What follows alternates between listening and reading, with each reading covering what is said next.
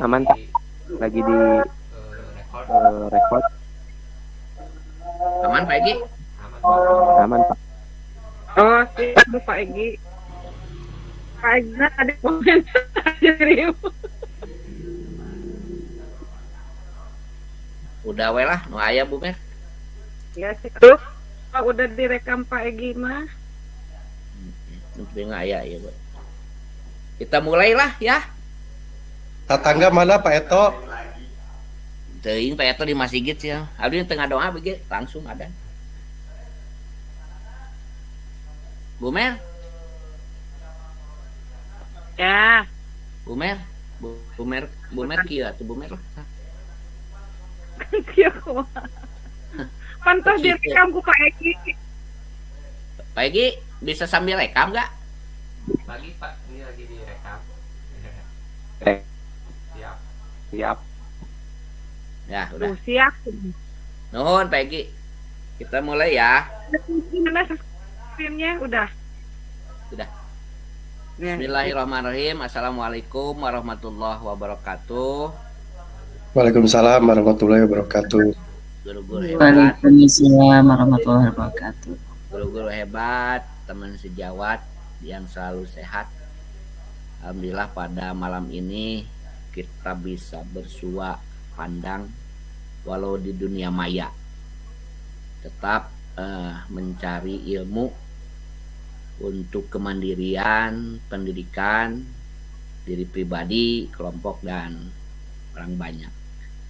Alhamdulillah, terima kasih Pak Rudi, Bu Fitri, Bu Suci, Bu Nadia, Bu Nia, Bu Mary, Pak Egi, kemudian Pak Egi lagi. Terima kasih banyak atas segala bantuannya sehingga Zoom meeting ini bisa berjalan. Walaupun keterbatasannya banyak di pihak host ya. Tadi jadwalnya juga oleh Bu Nutul yang dibenerin. Alhamdulillah pada malam hari ini kita akan membahas tentang implementasi konsep-konsep inti modul budaya positif di lingkungan kelas. Kemudian koneksi antar materi.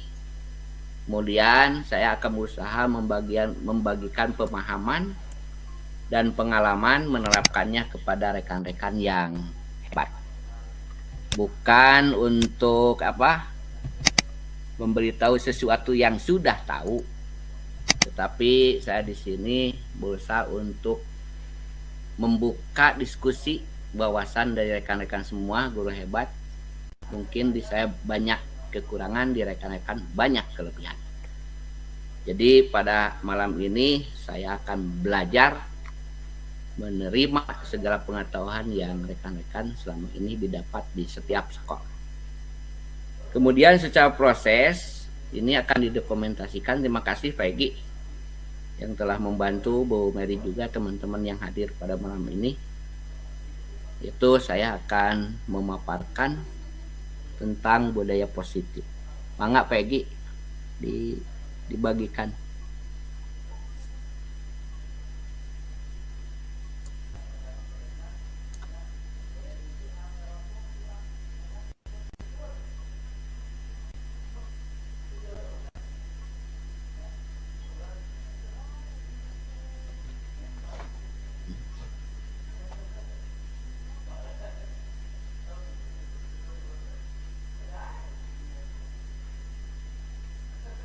Nah, ini PPT yang sangat sederhana.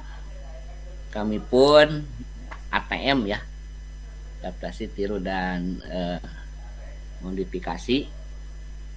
Aksi nyata budaya positif, membangun budaya positif di sekolah. Terus pagi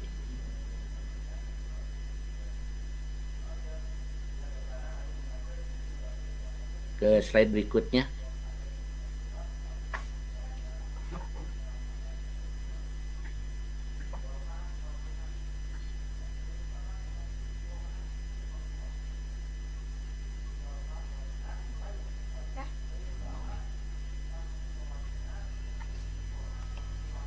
Baik, saya akan bantu di sini.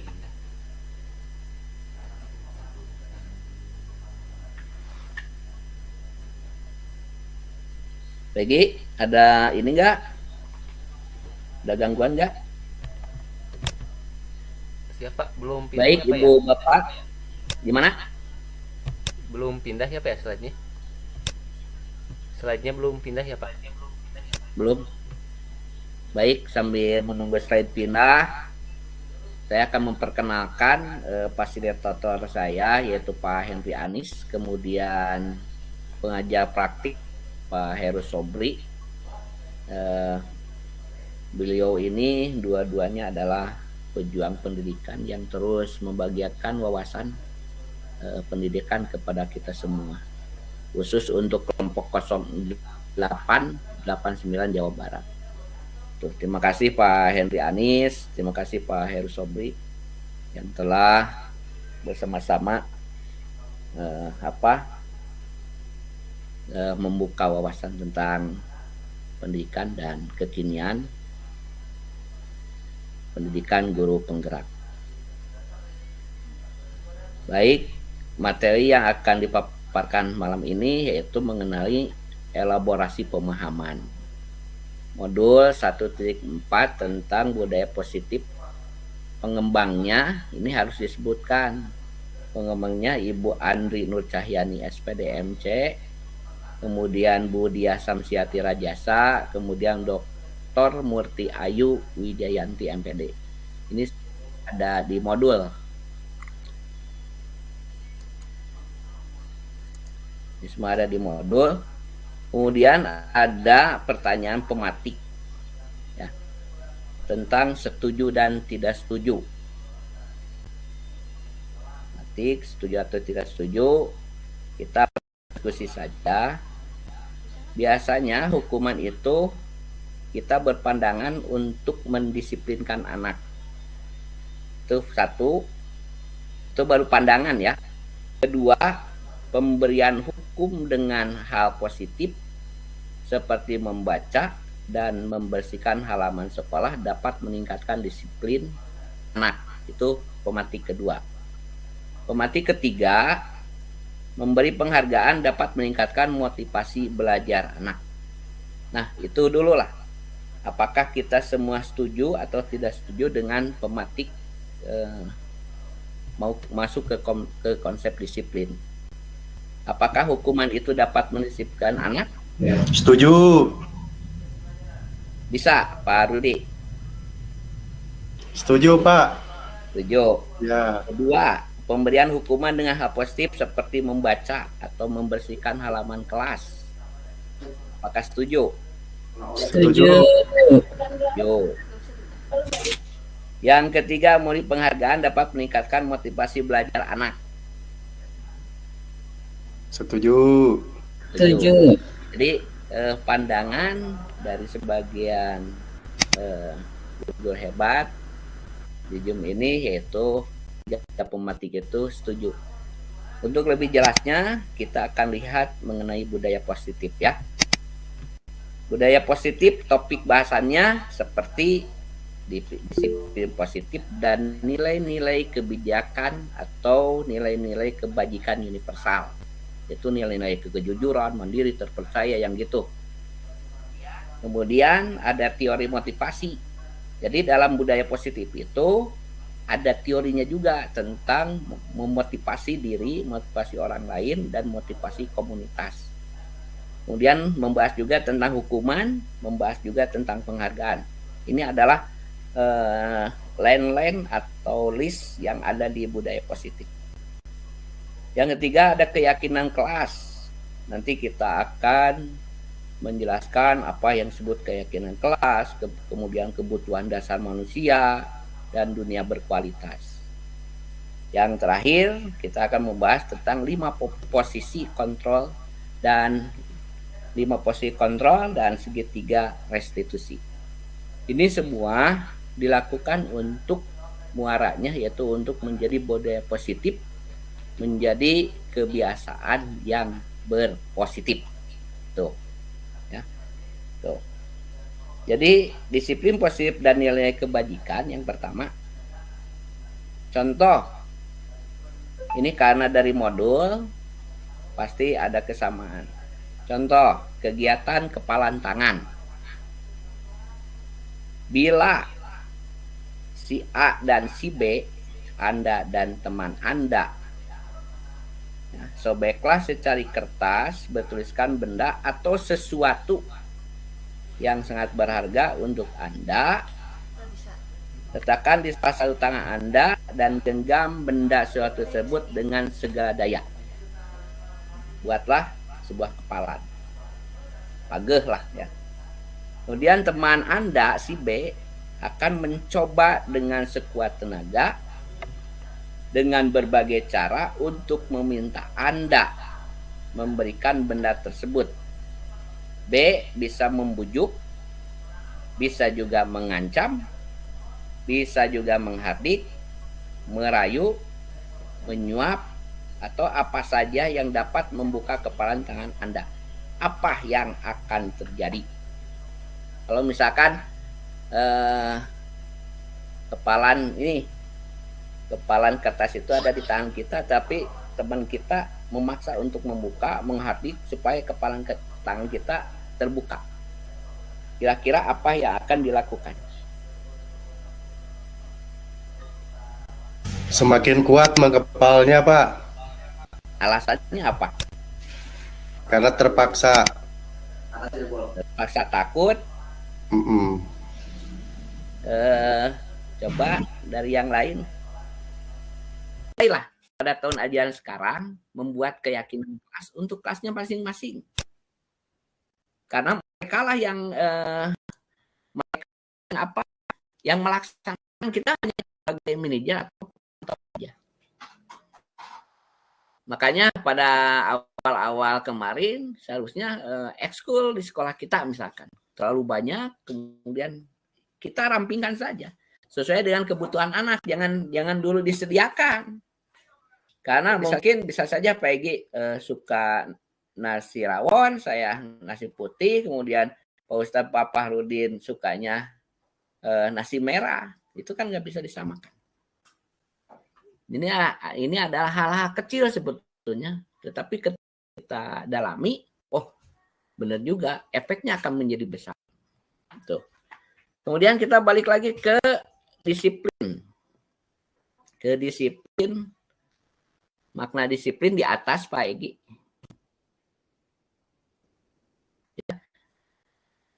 Disiplin itu berasal dari kata Latin disciplina yang artinya belajar. Nah,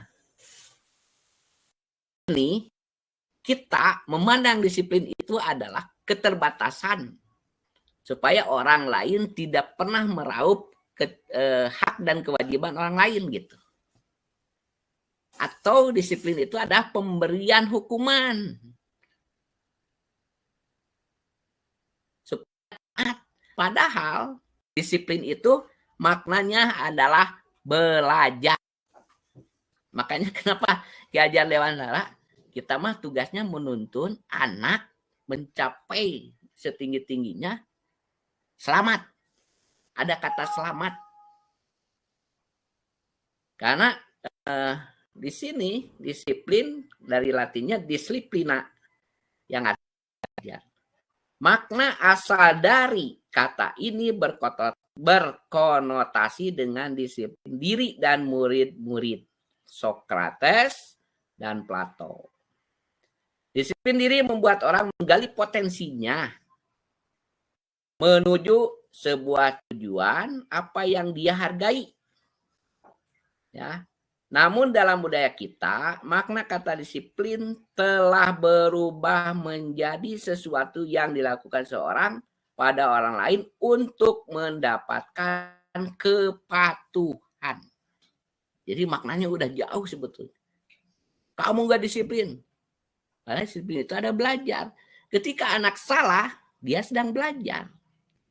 Jadi bukan dihukum, tetapi diidentifikasi kesalahannya, dipalidasi kesalahannya, kemudian diberikan keyakinan sesuai dengan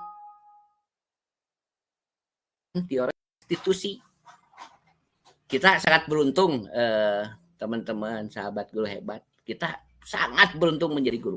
Karena saya berkeyakinan tidak ada yang lebih mulia selain profesi kita menjadi guru. Itu yakinkan. Dan tidak ada makhluk yang paling unik kecuali murid-murid kita dan anak-anak kita. Sepakat ya? Jadi seru sebetulnya ketika membahas satu teori kemudian dihubungkan dengan apa yang kita lakukan di sekolah, itu seru. Itu. Kecenderungan umum adalah menghubungkan kata disiplin dengan ketidaknyamanan, bukan dengan apa yang kita hargai atau pencapaian suatu tujuan mulia. Saya mau tanya ke Pak Ustadz Papa, ketika kita memberikan hukuman kepada anak yang kesiangan, kita merasa mendominasi. Padahal bukan, kenapa kamu kesiangan? Dengan suara yang lantang, dengan suara yang keras, kemudian memberikan poin. Sebetulnya itu sudah tidak pas. Kita harus merestitusi, menanyakan, memvalidasi, mengidentifikasi, kemudian meyakinkan apakah hari besok kamu aman untuk tidak kesiangan. Dia harus balik lagi bertanggung jawab. Dan kita harus terlibat dalam masalah anak. Enak aja, kita kan seperti penghukum, pembuat masalah, kemudian teman, kemudian mantau, kemudian manajer. Kebanyakan nulis data. Data untuk hari ini emang diperlukan. Tetapi untuk perubahan sikap siswa, itu kurang ngena. Yang paling penting adalah bukan efek jerak, tetapi efek sadar yang ditumbuhkan murid tersebut. Begitu dalam budaya positif. Budak teukeun maka berangan, terus disentakan, terus ditulis. Jadi gak nyaman. Makanya kenapa? Saya pernah berdiskusi. Yang nyaman untuk di SMA itu sebagai teman, sebagai pembuat masalah, atau sebagai penghukum, atau sebagai manajer. Kebanyakan semua kenanya sebagai teman. Karena dengan teman, mereka bisa cerita. Tetapi ada kekurangan juga. Kalau kita dianggap teman, apapun ke kita. Mau ke Bunia, ke Buniawe, sok dikasih surat dispensasi keluar. Dengan Papa Rudin mah enggak, susah. Jadi minusnya kalau jadi teman ke kita. Jadi tidak ada kepercayaan ke teman sejawat kita gitu. Tapi yang paling ideal adalah kita sebagai manajer. Tentu sebagai manajer harus banyak waktu. Karena merestitusi, mengclearkan, validasi kesalahannya, identitasnya, itu perlu waktu. Makanya dengan administrasi kepegawaian yang misalkan sedikit banyak lah, itu sepertinya kita butuh waktu panjang. Ya. Tuh, jadi makna disiplin itu bukan hukuman, tapi disiplin itu adalah belajar. Ketika anak telat, dia sedang belajar memahami apa salah saya. Sesuai dengan keyakinan yang lain dan peraturan lain. Misalkan jam 7 masuk, jam 8 baru masuk. Itu dia harus bisa memperbaikinya. Ya, jadi efek sadar. Kemudian nilai-nilai kebajikan universal. Ini masih berhubungan dengan budaya positif. Ini baru teori-teori saja. Kita hubungkan lagi dengan kejadian-kejadian di sekolah. Nilai-nilai kebajikan adalah nilai atau sifat-sifat positif. Pak Egi, coba Pak Egi ke bawah.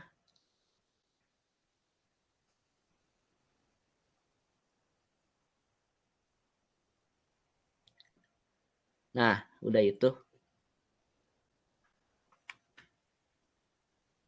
Di atasnya. Satu. Nah, ini. Screen share-nya ada kan? Kelihatan nggak Bu Mary? Kelihatan, Pak. Maaf ya, malam-malam ngajak diskusi. Mudah-mudahan Allah membalas semua kebaikannya. Amin, ya Rabbal Amin. Nilai-nilai kebajikan adalah sifat positif manusia yang merupakan tujuan mulia yang ingin dicapai setiap individu. Nilai-nilai tersebut bersifat universal dan lintas bahasa, suku bangsa, agama, maupun latar belakang. Setiap perilaku perbuatan memiliki suatu tujuan. Perbuatan pasti punya tujuan. Teori William Glasser pada teori kontrol 1984. Dengan mengaitkan nilai-nilai kebajikan yang diyakini seorang, maka motivasi intrinsiknya akan terbangun. Intrinsik dari dalam, terbangun. Sehingga menggerakkan motivasi dari dalam untuk dapat mencapai tujuan mulia yang diinginkan. Itu menurut Gosen. Nilai-nilai kebajikan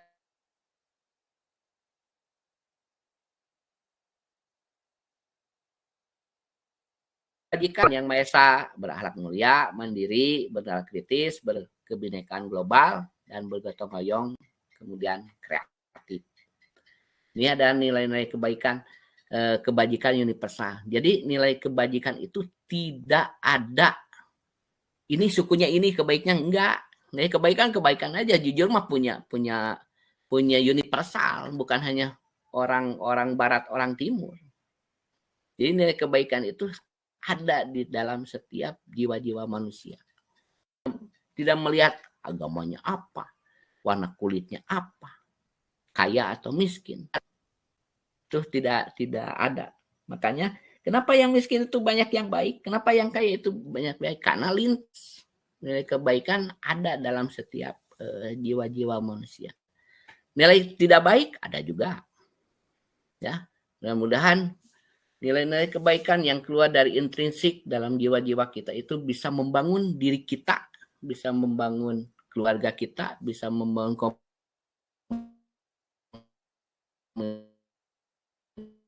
komunitas kita, bisa membangun negara. Kemudian yang berikutnya, pembelajaran tadi 2.1. Sekarang tentang teori motivasi. Teori motivasi, hukuman, penghargaan, dan restitusi yang tadi kita bahas. Mungkin sebelum kita ke 2.1, mungkin ada yang mau menambahkan atau menyanggah. Kita diskusi aja lah. Jangan bertanya ya. Kita diskusi lah tentang pendidikan budaya positif di sekolah. Gitu aja. Sebelum kita ke 2.2.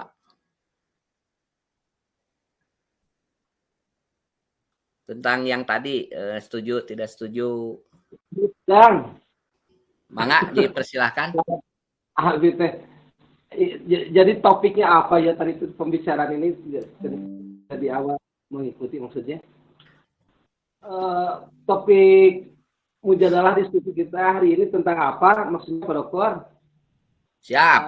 Hari ini kita itu membawa tema budaya positif, membangun budaya positif di sekolah. Jadi kita bukan mengkuliti tapi mempertajam benar enggak nih tindakan kita ini. Kan kita sebagai guru tentu ngerasa benar, merasa benar. Tetapi ketika dikaji, ditelaah, oh salah. Ketika Pak Ustadz di depan gerbang, tadi lah contoh yang paling kecil. Ketika hari Senin anak pakai sepatu putih, kita kan merasa benar. Kamu sepatu putih, copot. Dan ditulis, itu kan merasa benar. Ya, karena telah melanggar peraturan gitu kan. Nah, dalam budaya positif, itu harus masuk ke restitusi. Yaitu identifikasi kesalahannya, validasi, kemudian kesalahan itu harus jadi tanggung jawabnya. Jangan hari ini menjadi bukan pembelajaran untuk hari besok. hari ini melanggar, besok melanggar, itu kan yang akan dibangun kita. Hari ini melanggar, besok baik, besok lagi baik, besok lagi baik. Itu. Ini adalah temanya tentang aksi nyata. Ya. Tentang budaya positif. Karena kita tadi di awal saya katakan bahwa selama ini kita merasa benar. Tetapi ketika masuk ke teori ini, Glasser, ke teori Gosen, kita ada sedikit kekeliruan lah. Tapi mudah-mudahan dengan diskusi ini kekeliruan itu bisa diperbaiki. Namanya juga kan makhluk belajar. Begitu Pak Ustadz. Ya. Sedikit aja Kang ya, ini mah pandangan. Siap. Ini menggarisbawahi dari disiplin karena mengikutinya agak di pembahasan tentang disiplin. Dan tadi seperti yang akan sampaikan ini kaitannya dengan apa gitu, banyak sekali teori-teori, kemudian relevansinya tentu saja pendekatan kita lihat dari mana gitu. Kalau katakanlah kita pendekatannya dengan norma-norma agama begitunya, ini yang sangat komprehensif sekali gitu Kang ya.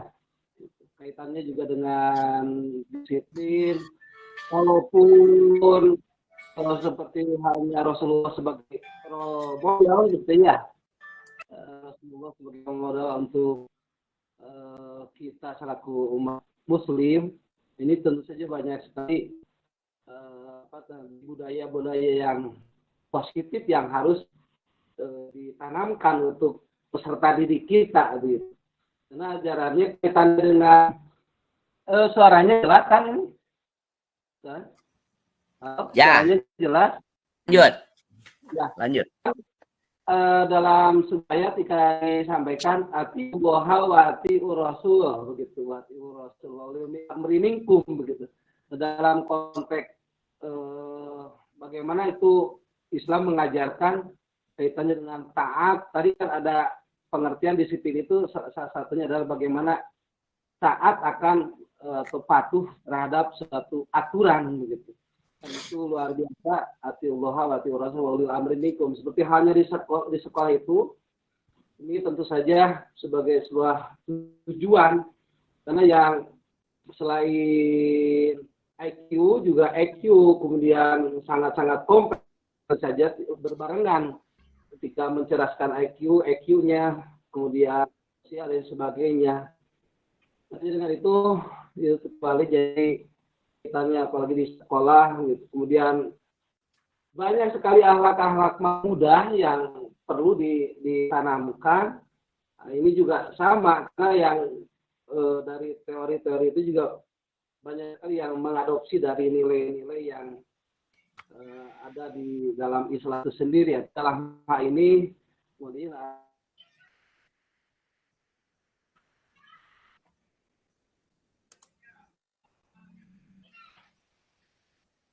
Suaranya dibuka.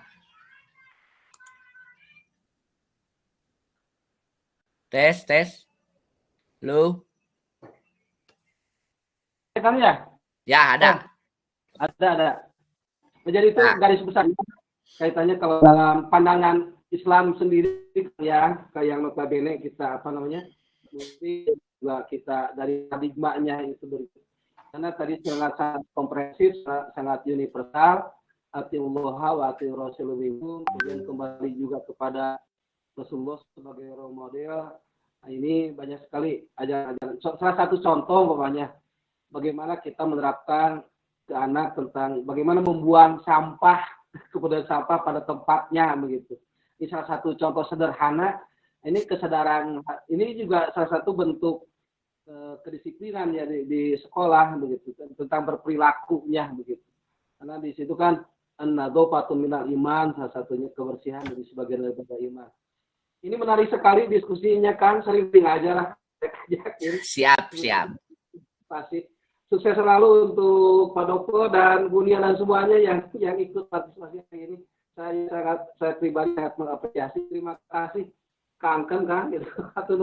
Itu aja lah banyak yang harus kita interpretasi kaitannya dengan bagaimana tadi dari budaya-budaya yang positif ini, kemudian kaitannya sudah benar nggak kapasitas sebagai guru dalam hal ini mengaplikasikan ke peserta didik kita kaitannya dengan apalagi dalam tadi memberikan judgment, apakah kita menghakimi dan sebagainya.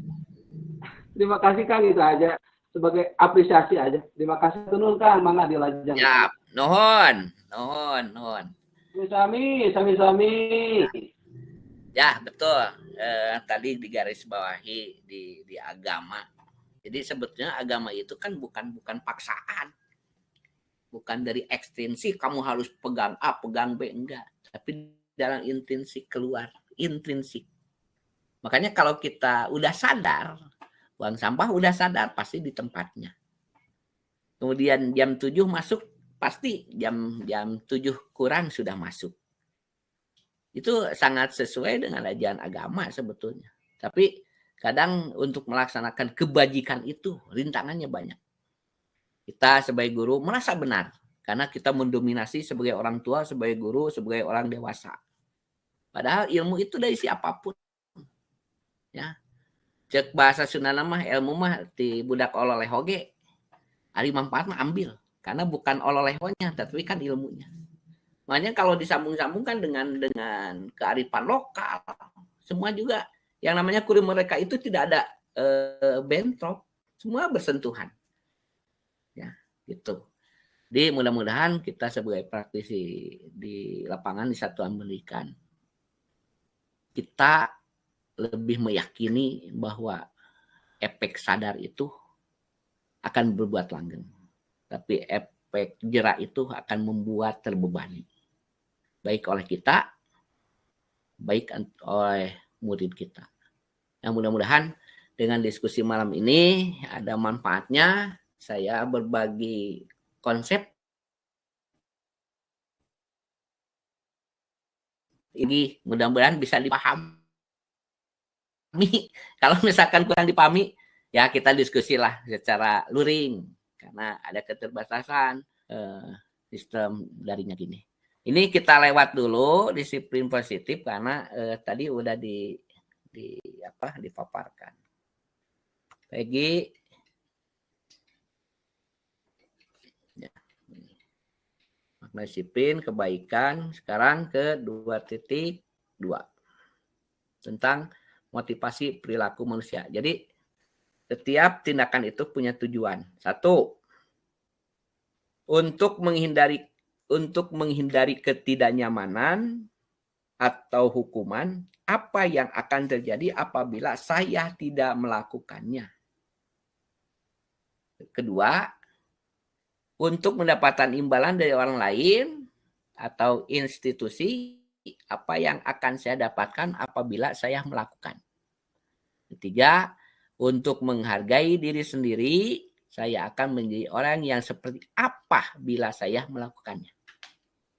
Ini semua nih nomor 1 dan 2 itu adalah faktor yang mempengaruhi dari luar.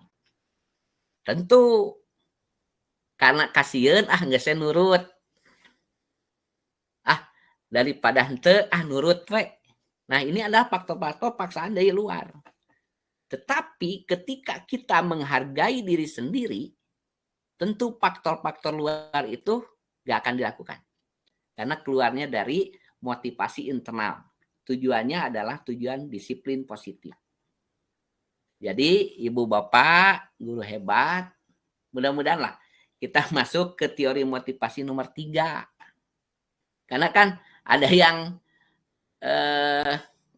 caper kan, siswa juga kan ada ya yang cari perhatian. Karena kenapa murid cari perhatian? Ini kan dia punya motivasi. Dia punya tujuan. Sehingga kita sebagai guru bisa membaca itu. Bisa saja kebutuhan dasarnya, nanti kita ada 5 kebutuhan dasar. Apabila 1 kebutuhan dasar tidak terpenuhi, itu akan masalah. Kenapa murid ini cari perhatian? Wah, ini mah sikapnya aja, itu penilaian yang salah. Kita harus ngobrol. Kenapa? Bisa saja cari perhatian itu dia tidak punya uang. dia kurang diperhatikan orang tuanya, atau hal-hal yang lain. Ya, gitu. Jadi karena menurut Ki Hajar Dewantara, merdeka itu artinya, ya, merdeka itu artinya tidak hanya terlepas dari perintah, akan tetapi cakap buat memerintah diri sendiri. Jadi merdeka itu tidak hanya terlepas dari perintah, tetapi cakap membuat memerintah diri sendiri. Itu merdeka. Artinya posisi kontrol. Jadi merdeka itu full punya kita. Tidak ada intervensi apa-apa, kasihan, kahariwa, enggak. Ini mah lamun cek bahasa Sunda mah pendirian orang, kekuatan jati diri orang. Lalu misalkan guru-guru udah kuat dengan sajati, nah apapun bisa dihalau, apapun bisa ditanggulangi. Kenapa satu perusahaan itu rusak? Karena konsep-konsep jati dirinya lepas, tidak punya pendirian, nurut, nurut itu nurut. Jadi dia tidak punya konsep sendiri. Cara memerdekakan dirinya sendiri itu gimana? Jadi merdeka itu bukan hanya bisa merintah orang lain atau terlepas dari perintah. Tapi sebetulnya mereka itu adalah cakap memerintah dirinya sendiri. Kontrolnya penuh di kita sendiri. Kadang kalau misalkan murid yang rada nakal, kita kan nanti ada kontrol sosial emosi nanti. Materi-materi modul-modul berikutnya. Jadi sebetulnya dalam diri kita itu seperti equalizer. Bassnya, treble-nya, volumenya, kita yang mengontrol, bukan orang lain. Biasanya kalau misalkan tidak kena dengan emosi kita langsung bludak. Jadi harus ada pembeda mana sebagai pendidik, mana yang harus dididik. Ini pembedanya. Kalau kita harus perbanyak forum diskusi, cara meningkatkan kapasitas kita sebagai pendidik. Saya bisa menjadi cakap misalkan karena Bunia, Pak Fahri, Pak Egi, teman-teman yang lainnya. Jadi bukan hal yang lain yang dibicarakan. Karena ini kontrolnya ada di kita.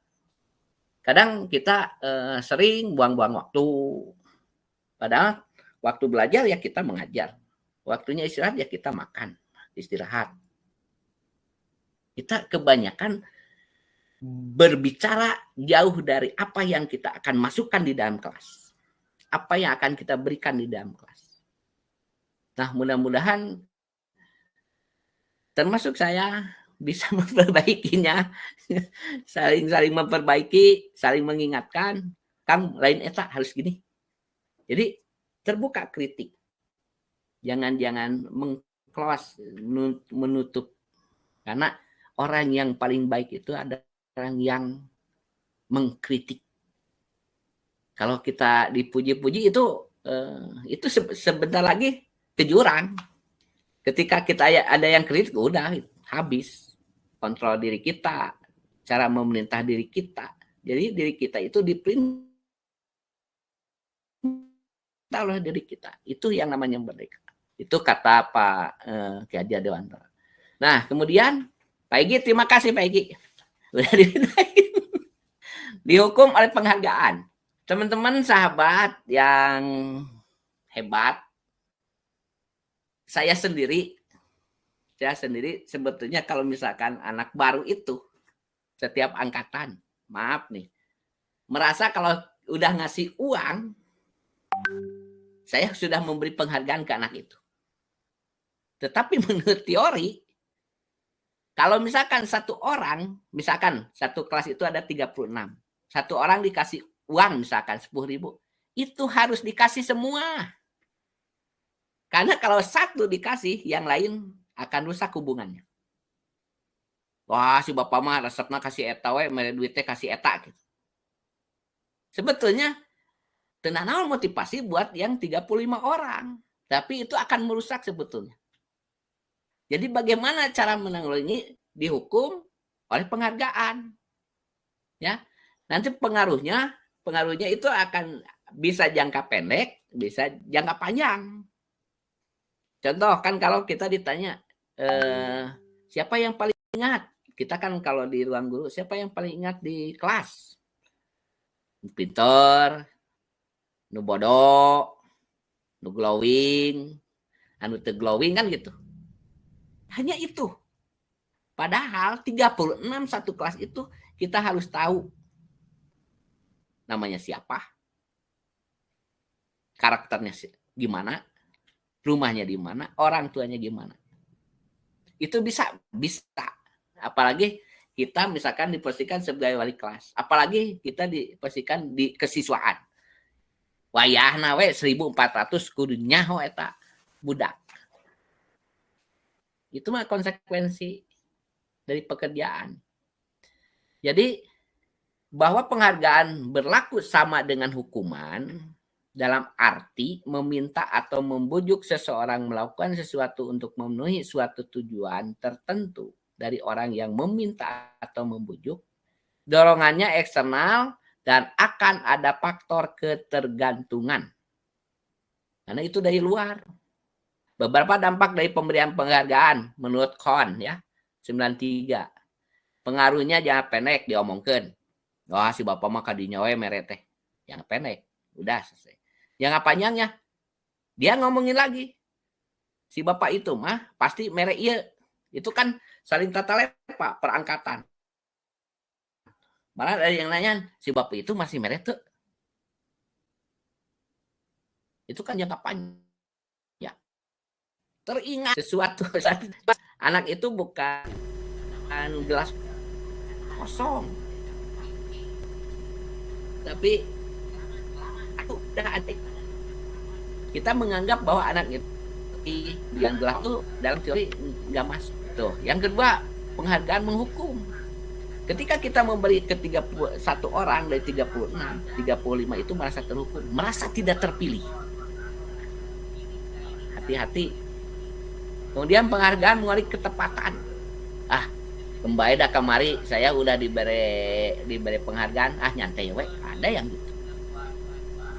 Jadi mengurangi. Jadi sebetulnya penghargaan itu apa? Penghargaan itu adalah membiarkan dia belajar. Penghargaan itu sebetulnya. Belajar apa ya? Belajar apa aja. Karena dengan belajar dia mengetahuinya sendiri. Karena dengan penghargaan uang, materi, kemudian penghargaan sertifikat yang gitu. Sebetulnya penghargaan itu ya sok belajar aja. Kita pantau aja seperti apa dia berkembang. Kemudian penghargaan tidak efektif karena tidak menyeluruh. Kalau kita ngasih nih, tetangga kan banyak nih. Misalkan ke kanan 2, ke kiri 2. Kalau satu tetangga dikasih, pasti ya nanya, kamu dikasih nggak? Kalau mau ngasih. Demikian juga di dalam kelas. Demikian juga di satuan pendidikan. Penghargaan merusak hubungan. Ini nyata, Pak Kiai. Contoh, pimpinan sekolah masuk, kemudian dia kan punya guru-guru, punya warga sekolah. Ingin meyakinkan tentang sekolah itu, siapa yang paling dekat dengan siswa. Maka terpilihlah misalkan dari 10 itu 1 orang atas pilihan siswa, murid. Pasti itu akan merusak hubungan. Si B menang. Kan saya mah. Jadi sebetulnya jangan pernah ada pilihan guru favorit, guru ini, guru itu. Kecuali untuk seru-seruan gak apa-apa. Tapi ini kan ranah formal. Itu terasa Pak Kiai, Bunia, teman-teman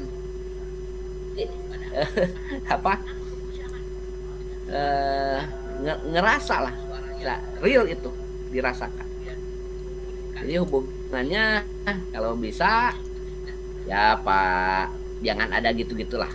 Semua juga guru di mata murid baik. Itu yang harus di. Tapi kita juga harus meningkatkan kebajikan universal, dapat dipercaya, menjadi teladan, bertanggung jawab, mandiri, menjadi orang tua, menjadi teman. Kita juga harus lolonokan bagaimana menghadapi murid A, ya kita harus jadi A, menghadapi murid B harus B. Jadi ketika kita berbicara di depan kelas 36 murid, kita adalah wakilnya. Gak bisa kita terus ke kiri, ke tengah, tetap di sana. Jadi apa yang kita bicarakan di depan kelas adalah representatif dari jumlah-jumlah anak. Apa yang kita bicarakan di dalam di upacara, kita mempresentatifkan warga yang hadir waktu itu. Tuh, keren lah. Kalau misalkan kita bisa melaksananya, udah keren. Tidak pernah terpengaruh oleh hal-hal yang tidak ada hubungannya dengan pendidikan. Lebih fokus menuntun, menyelamatkan, menyampaikan anak-anak mencapai tujuan yang setinggi-tingginya. Beda dengan hal-hal yang hanya nu penting mah pura gak tambah ke denda.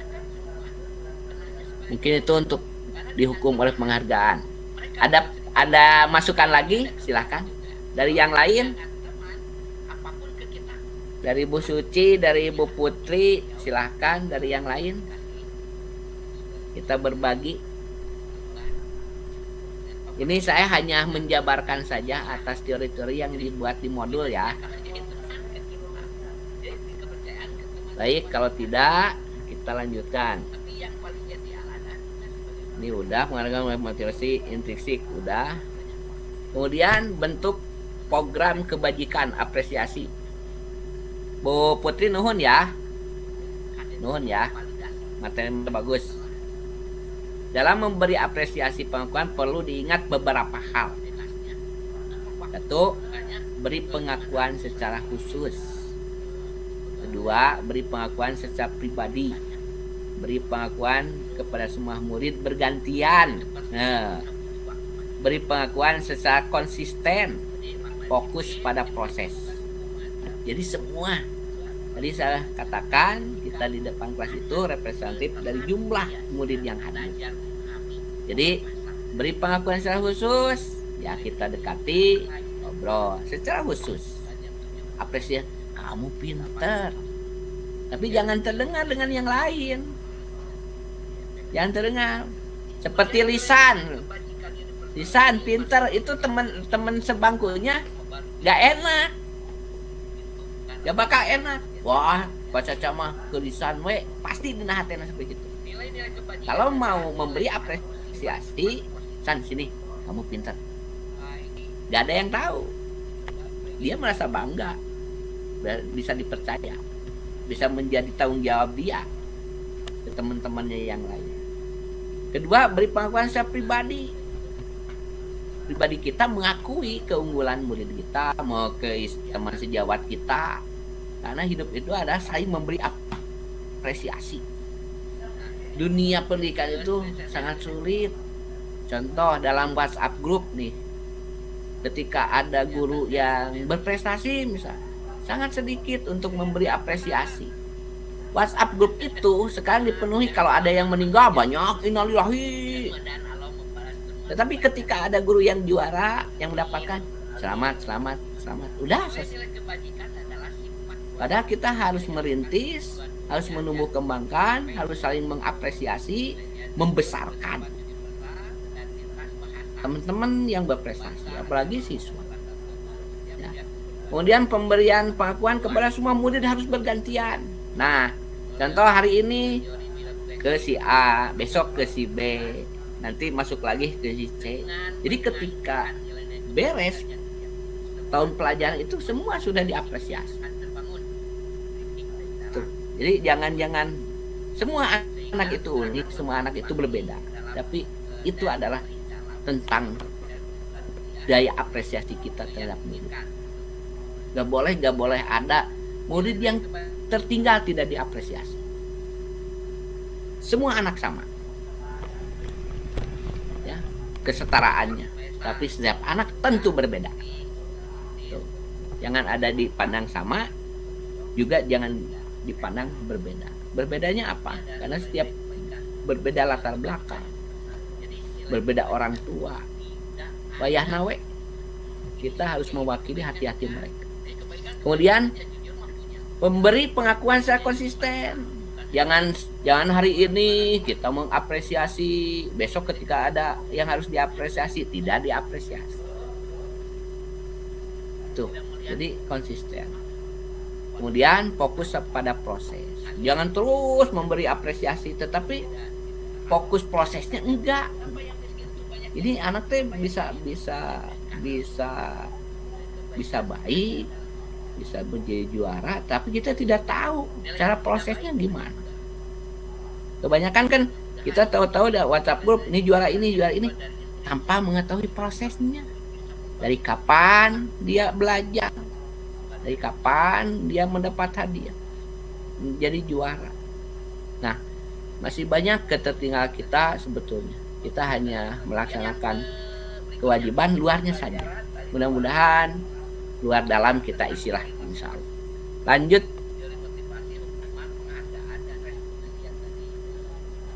Contoh pengakuan apresiasi kebajikan. Contoh pembukanya. Kemarin saya perhatikan nilai kebajikannya, rasa empatimu besar sekali. Situasinya pada saat menolong murid baru di kelas kita. Ini adalah kegiatan-kegiatan kita sehari-hari. Pembukanya misalkan saya menghargai, nilai kebaikannya kepedulian. Kemudian situasinya pada saat kamu membantu teman-teman. Jadi ketika teman-temannya perlu dibantu ya dibantu, artinya dia mempunyai nilai kebajikan. Tapi ketika teman-temannya perlu dibantu kemudian temannya tidak membantu, tidak mungkin nilai kebajikan, kepedulian. Nah, ini yang harus dibangun di sekolah kita, di sekolah masing-masing. Nilai budaya positif. Kemudian pembukanya terima kasih. Nilai kebaikannya apa? Mempunyai rasa tanggung jawab. Situasinya pada saat memungut kertas-kertas yang berserakan di sekolah. Jadi ibu bapak yang hebat sebetulnya dari mulai kita berangkat ke sekolah sampai kita pulang ke rumah itu adalah lingkupan beribadah. Jadi saya pernah katakan dulu sekolah itu adalah rumah ibadah pendidikan. Jadi anak mencari ilmu, kita memberi ilmu, apa yang tidak jadi ibadah? Selama itu jadi ikhlas. Tapi ada juga yang berpandangan bahwa rumah ibadah itu masjid, pura, gereja. Ya nggak apa-apa. Karena harus ada yang novelty-nya. Dari setiap pembahasan itu harus ada keterbaruan dengan kekiniannya gitu. Sekolah rumah ibadah pendidikan. Karena kita mengajar ibadah, murid mendengarkan ibadah, kita berbicara ibadah. Makanya apa bedanya kita ketika kita meninggali sekolah itu syahid juga menurut saya. Kemudian ini ada sedikit pertanyaan tentang tindakan kita. Mencatat 100 kali di dalam buku, saya tidak akan terlambat lagi karena terlambat ke sekolah. Itu masuknya hukuman atau konsekuensi? Hukuman. Lari mengelilingi ke lapang basket 2 kali karena terlambat hadir di sekolah. Hukuman, konsekuensi. Masih hukuman. Murid diminta untuk push up 15 kali karena tidak menggunakan masker di sekolah. Hukuman, konsekuensi. Hukuman. Menggantikan kertas tugas teman yang telah dicoret-coret. Konsekuensi. Memberikan tumpahan air di meja tulis karena tersenggol pada saat belajar. Konsekuensi. Coba kita lihat jawabannya yang benar. Nah, betul ya. Nih Bunia berarti nilainya bintang 5. Coba kita bedakan apa yang dimaksud dengan hukuman dan konsekuensi. Ibu, mangga. Apa bedanya? Kalau hukuman mungkin lebih kepada apa ya,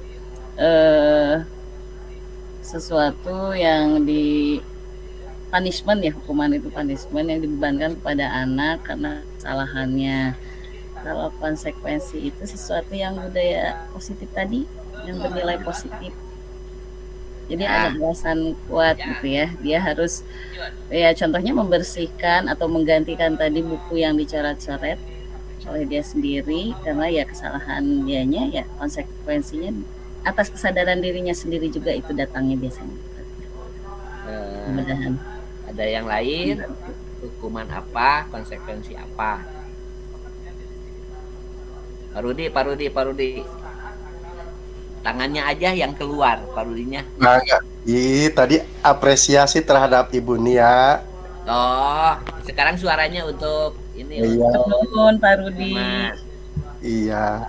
Sama, jadi kalau tadi yang kalau dibentuk dari apa tadi itu punishment.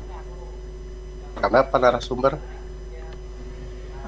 Mangga di Oh, mangga teraskeun. hukuman bentuk dari yang tadi bentuk dari punishment, sedangkan konsekuensi adalah hasil dari kesepakatan awal. Jadi mau tidak mau anak tersebut karena sudah melakukan kesalahan dengan kesadarannya sendiri, dia mengganti apa yang menjadi kesalahannya, menebus kesalahannya dengan kesadaran penuh. Anak tersebut melakukan banyak, jadi tanpa ada paksaan. Mungkin itu aja, Bapak narasumber. Siap, makasih Pak Rudi. Mau dengar dari Bu Putri hukuman konsekuensi? Bu Putri ada nggak? Atau Bu Mary? Bu Putri bayinya lagi ngamuk. Ya. Apa yang dikatakan Ibu Nia, Pak Rudi, ya ada tepatnya. Jadi hukuman itu sebetulnya hal yang tidak direncanakan. Ya, kemudian kalau misal konsekuensi itu direncanakan, ada urutannya. Itu ya, tapi pada umumnya guru-guru hebat, ibu bapak yang saya hormati, sudah sekarang sudah menunjukkan jam 9:02, tidak terasa. Ini materinya ada 46 slide, tapi karena sangat mengganggu kita bisa luring ngobrol lagi. Takutnya mengganggu, semakin malam semakin ngantuk atau istirahatnya terganggu.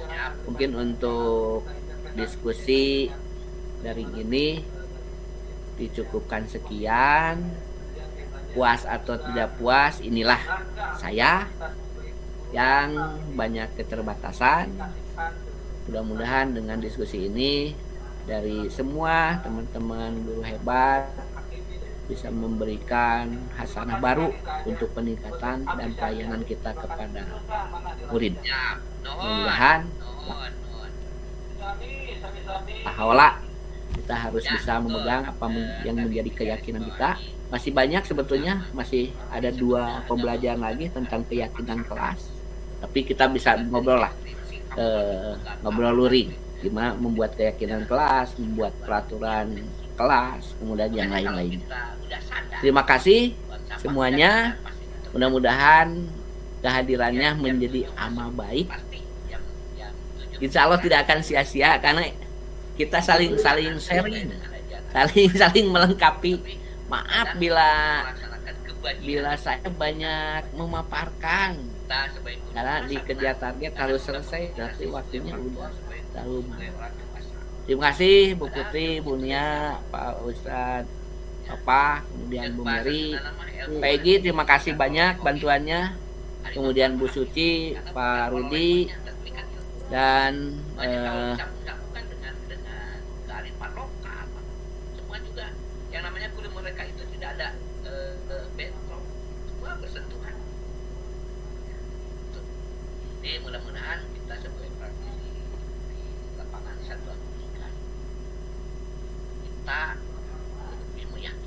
Bu Nadi positif. Terakhir, budaya positif di sekolah, karena dengan budaya positif tentu sekolah kita akan positif. Assalamualaikum warahmatullahi wabarakatuh. Waalaikumsalam. Warahmatullahi Dengan diskusi malam ini, Mohon. kami nuhun. Punten. Nuhun Bu Suci nuhun. Insyaallah. Nuhun. Kalau misalkan ya. Kalau kita Saya tadi mana euy? Ini kita lewat dulu.